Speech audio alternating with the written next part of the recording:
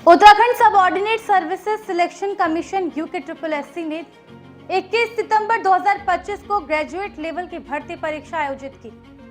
इस परीक्षा के 3 पन्ने परीक्षा शुरू होने से लगभग आधे घंटे बाद ही सोशल मीडिया पर जमकर वायरल हो गए। इसके बाद क्या पूरे प्रदेश में छात्रों का आक्रोश फूट पड़ा।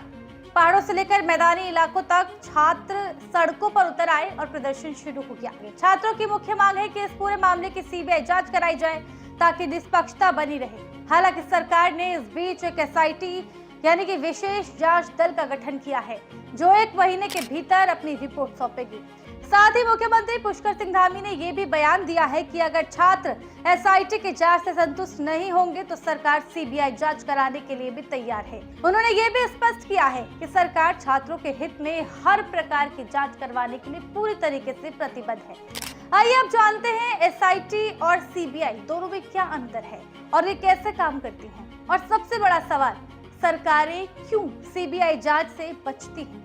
डायरेक्ट केस सीबीआई को क्यों हैंडओवर नहीं किया जाता?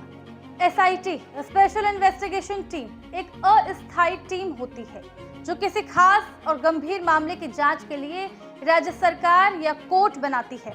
ये टीम आमतौर पर राज्य पुलिस के अधिकारियों से मिलकर बनती है और उसका काम केवल उस एक मामले तक ही सीमित रहता है।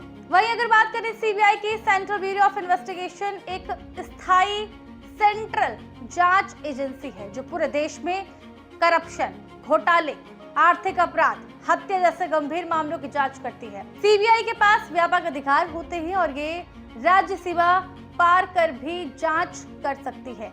एसआईटी राज्य सरकार के नियंत्रण में होती है, जबकि सीबीआई केंद्र सरकार के अधीन स्वतंत्र रूप से काम करती है। आइए ये भी जानते हैं कि सरकार सीबीआई से क्यों बचती है। अगर मामला सीबीआई के पास जाता है दोस्तों, तो उसमें सरकारी अधिकारियों या प्रशासनिक रसूखदार लोगों के नाम आते हैं, तो ये सरकार की छवि पर सीधा असर डालेगा। विपक्ष और मीडिया इसका बड़े पैमाने पर फायदा उठा सकते हैं। वहीं सीबीआई को सौंपने से मामला राष्ट्रीय स्तर पर हाईलाइट हो जाता है। न्यूज चैनल्स, सोशल मीडिया और राष्ट्रीय नेता इसे बड़ा मुद्दा बना देते हैं। इससे विरोधी पार्टियां, अपोजिशन सरकार को आसानी से घेर सकती हैं और राजनीतिक दबाव बढ़ जाता है।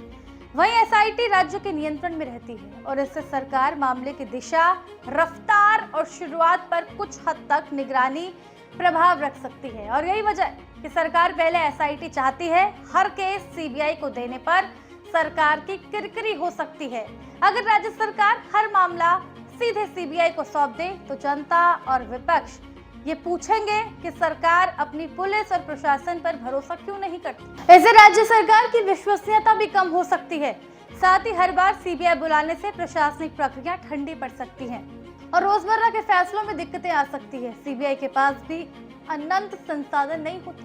कर्मचारी, फॉरेंसिक टीमों और कोर्ट प्रोसीडिंग की सीमाएं होती है। अगर हर छोटा बड़ा केस सीबीआई को दिया जाएगा तो उसकी कार्यक्षमता कम हो जाएगी, मामलों का बैकलॉग बढ़ेगा और असल गंभीर मामलों की जांच प्रभावित हो सकती है। कुछ मामलों में सीबीआई को तभी दखल करने का कानूनी अधिकार मिलता है जब राज्यों की सहमति हो या कोर्ट आदेश दे। इसलिए प्रक्रिया भी जटिल है और ये वजह भी ठहरती है कि सरकार तुरंत सीबीआई को नहीं देती। और शायद यही रीजन है कि उत्तराखंड सरकार युवाओं की बात मानने में समय लगा रही है। उन्हें डर है कि कहीं सारा काला चट्टा खुलकर सामने ना आ जाए और कहीं राष्ट्रीय स्तर पर सरकार की किरकिरी ना हो जाए। अगर एसआईटी की रिपोर्ट पारदर्शी और निष्पक्ष नहीं होती है दोस्तों, तो छात्रों का दबाव और बढ़ सकता है और सीबीआई जांच की मांग और मजबूत हो जाएगी और इस पूरे मामले में छात्रों के प्रदर्शन और जनता की जागरूकता भी बहुत महत्वपूर्ण भूमिका निभाएगी, क्योंकि वही सरकार को जवाबदेह बना के रखेंगे।